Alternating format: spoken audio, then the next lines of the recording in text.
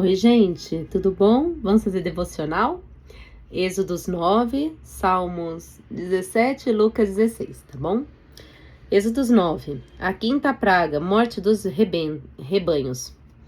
Depois o Senhor disse a Moisés: Vá ao faraó e diga-lhe que assim diz o Senhor, o Deus dos Hebreus. Deixe o meu povo ir para que me preste culto. Se você ainda não quiser levá-lo ir e continuar a impedi-lo, saiba que a mão do Senhor trará uma praga terrível sobre os rebanhos do faraó que estão nos campos, os cavalos, os jumentos, os camelos, os bois e as ovelhas. Mas sim, o Senhor fará distinção entre os rebanhos de Israel e os do Egito. Nenhum animal dos israelitas morrerá. O Senhor estabeleceu um prazo. Amanhã o Senhor fará o que prometeu nesta terra. No dia seguinte o Senhor o fez. Todos os rebanhos dos egípcios morreram, mas nenhum rebanho dos israelitas morreu. O faraó mandou verificar e constatou que nenhum animal dos israelitas havia morrido. Mesmo assim, seu coração continuou obstinado e não deixou o povo ir. Sexta praga, feridas purulentas. Disse mais o Senhor a Moisés e a Arão: Tirem um punhado de cinza de uma fornalha, e Moisés o espalhará no ar diante do faraó. Ela se tornará como um pó fino sobre toda a terra do Egito, e feridas purulentas surgirão nos homens e nos animais em todo o Egito. Eles tiraram cinzas de uma fornalha e se puseram diante do faraó. Moisés a espalhou pelo ar, e feridas purulentas começaram a estourar nos homens e nos animais. Nem os magos podiam manter-se diante de Moisés, porque ficaram cobertos de feridas, como os demais egípcios. Mas o Senhor endureceu o coração do faraó, e ele se recusou a atender a Moisés e Arão, conforme o Senhor tinha dito a Moisés. Sétima praga, granizo. Disse o Senhor a Moisés: Levante-se logo cedo, apresente-se ao faraó e diga-lhe que assim diz o Senhor, o Deus dos Hebreus: Deixe o meu povo ir para que me preste culto. Caso contrário, mandarei desta vez todas as minhas pragas contra você, contra os seus conselheiros e contra o seu povo, para que saiba que em toda a terra não há ninguém como eu. Porque eu já poderia ter estendido a mão, ferindo você e o seu povo com uma praga que teria eliminado você da terra. Mas eu o mantive em pé exatamente com este propósito: mostrar-lhe o meu poder e fazer que o meu nome seja proclamado em toda a terra. Contudo, você ainda insiste em colocar-se contra o meu povo e não o deixa ir. Amanhã, a esta hora, enviarei a pior tempestade de granizo que já caiu sobre o Egito, desde o dia da sua fundação até hoje. Agora, mande recolher os seus rebanhos e tudo o que você tem nos campos. Todos os homens e os animais que estiverem nos campos, que não estiverem sido abrigados, serão atingidos pelo granizo e morrerão. Os conselheiros do faraó, que temiam a palavra do Senhor, apressaram-se em recolher aos abrigos os seus rebanhos e os seus escravos. Mas os que não se importaram com a palavra do Senhor deixaram os seus escravos e os seus rebanhos no campo. Então o Senhor disse a Moisés: Estenda a mão para o céu e cairá granizo sobre toda a terra do Egito, sobre homens, sobre animais e sobre toda a vegetação do Egito. Quando Moisés estendeu a vara para o céu, o Senhor fez vir trovões e granizo, e raios caíam sobre a terra. Assim o Senhor fez chover granizo sobre a terra do Egito. Caiu granizo e os raios cortaram o céu em todas as direções. Nunca houve uma tempestade de granizo como aquela em todo o Egito, desde que este se tornou uma nação. Em todo o Egito, granizo atingiu tudo o que havia nos campos, tanto homens como animais. Destruiu toda a vegetação, além de quebrar todas as árvores. Somente na terra de Gósen, onde estavam os israelitas, não caiu granizo. Então Faraó mandou chamar Moisés e Arão e disse-lhes: Desta vez eu pequei, o Senhor é justo, eu e o meu povo é que somos culpados. Orem ao Senhor, os trovões de Deus e o granizo já são demais. Eu os deixarei ir, mas precisam mais ficar aqui. Não precisam mais ficar aqui. Então Faraó mandou chamar Moisés e Arão e disse-lhes: Desta vez eu pequei. Ai, meu Deus. Moisés respondeu: Assim que eu tiver saído da cidade, erguerei as mãos em oração ao Senhor. Os trovões cessarão e não cairá mais granizo, para que saibas que a terra pertence ao Senhor.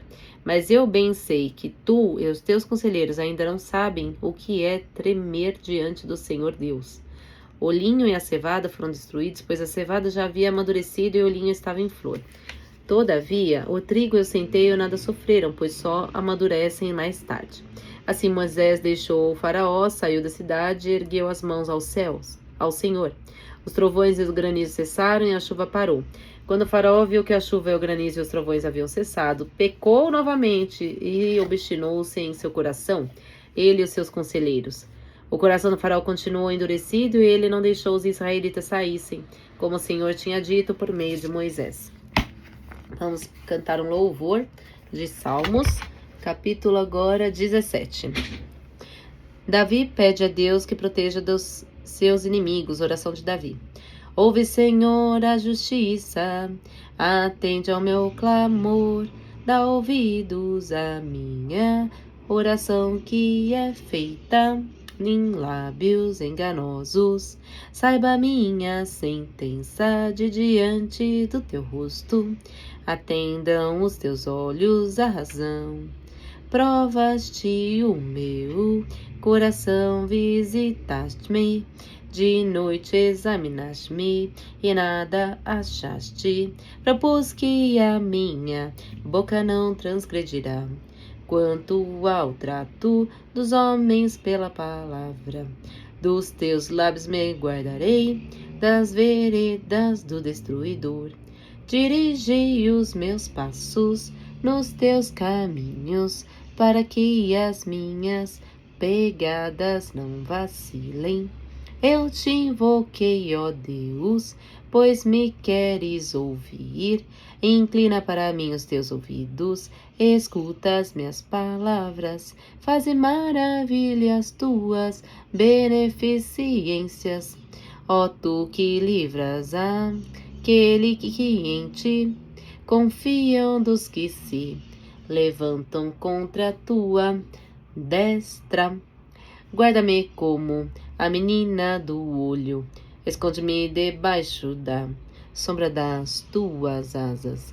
Dos ímpios que me oprimem, dos meus inimigos mortais que me andam cercando.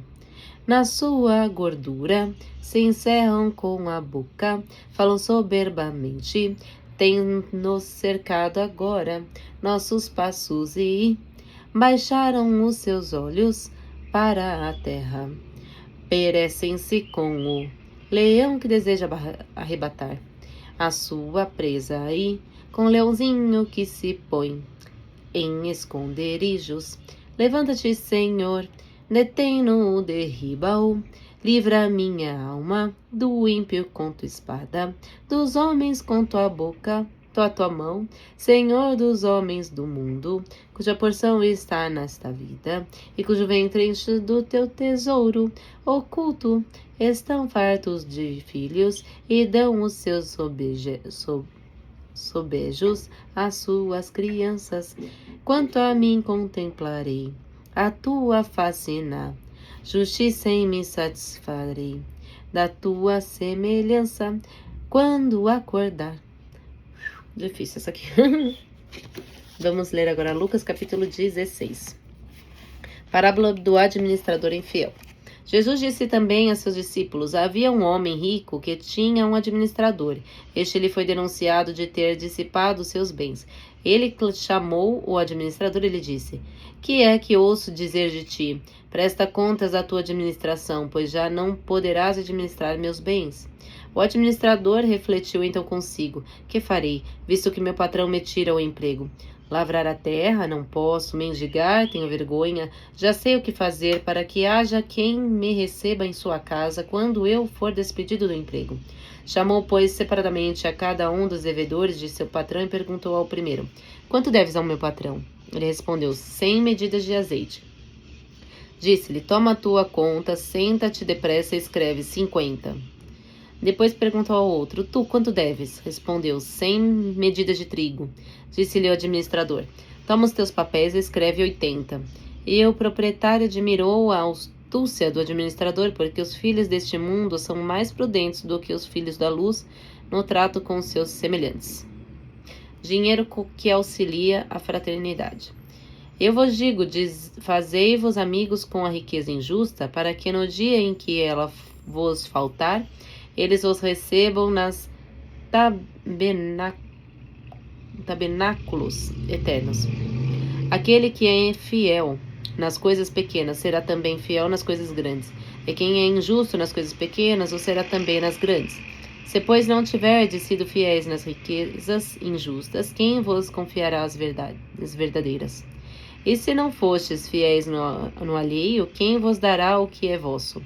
Nenhum servo pode servir a dois senhores, ou há de odiar a um ou amar a outro, ou há de aderir a um e desprezar a outro. Não pode servir a Deus e ao dinheiro. Deus olha o coração.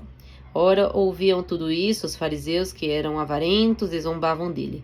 Jesus disse-lhes: Vós procurais parecer justos aos olhos do homem, mas Deus vos conhece os corações, pois o que é elevado aos olhos dos homens é abominável aos olhos de Deus. A lei e os profetas duraram até João. Desde então é anunciado o reino de Deus, e cada um faz violência para aí entrar. Mais facilmente, porém, passará o céu e a terra do que se perderá uma só letra da lei. Todo o que abandonar sua mulher e casar com outra comete adultério, e a quem se casar com a mulher rejeitada comete adultério também. Parábola do rico e Lázaro. Havia um homem rico que se vestia de púrpura e linho finíssimo, e que todos os dias se banqueteava e se regalava. Havia também um mendigo por nome Lázaro, todo coberto de chagas, que estava deitado à porta do rico. Ele avidamente desejava matar a fome com as migalhas que caíam da mesa do rico. Até os cães iam lamber-lhe as chagas. Ora, aconteceu morrer o mendigo e ser levado pelos anjos ao seio de Abraão. Morreu também o rico e foi sepultado. E, estando ele nos tormentos do inferno, levantou os olhos e viu ao longe Abraão e Lázaro no seu seio. Oi, bebê, vem de mamãe. Vem de mamãe. E levantou os olhos e viu de longe Abraão e Lázaro no seu seio. Gritou então: Pai Abraão, compadece-te de mim e manda Lázaro que molhe em água a ponta de seu dedo a fim de me refrescar a língua, pois sou cruelmente atormentado nestas chamas. Abraão, porém, replicou: Filho, lembra-te de que recebeste teus bens em vida, mas Lázaro males. Por isso ele agora aqui é consolado, mas tu estás em tormento. Além de tudo, há entre nós e vós um grande abismo, de maneira que os que querem passar daqui para vós não o podem, nem os de lá para cá podem passar. O rico disse: Rogo-te então, pai, que mandes Lázaro à casa de meu pai, pois tenho 5 irmãos, para lhes testemunhar, que não aconteça virem também eles parar neste lugar de tormentos. Abraão respondeu: Eles lá têm Moisés e os profetas, ouçam-nos. O rico replicou: Não, pai Abraão, mas se for a eles algum dos mortos, se arrependerão. Abraão respondeu-lhes: Se não ouvirem a Moisés e aos profetas, tampouco se deixará convencer, ainda que ressuscite algum dos mortos. Amém.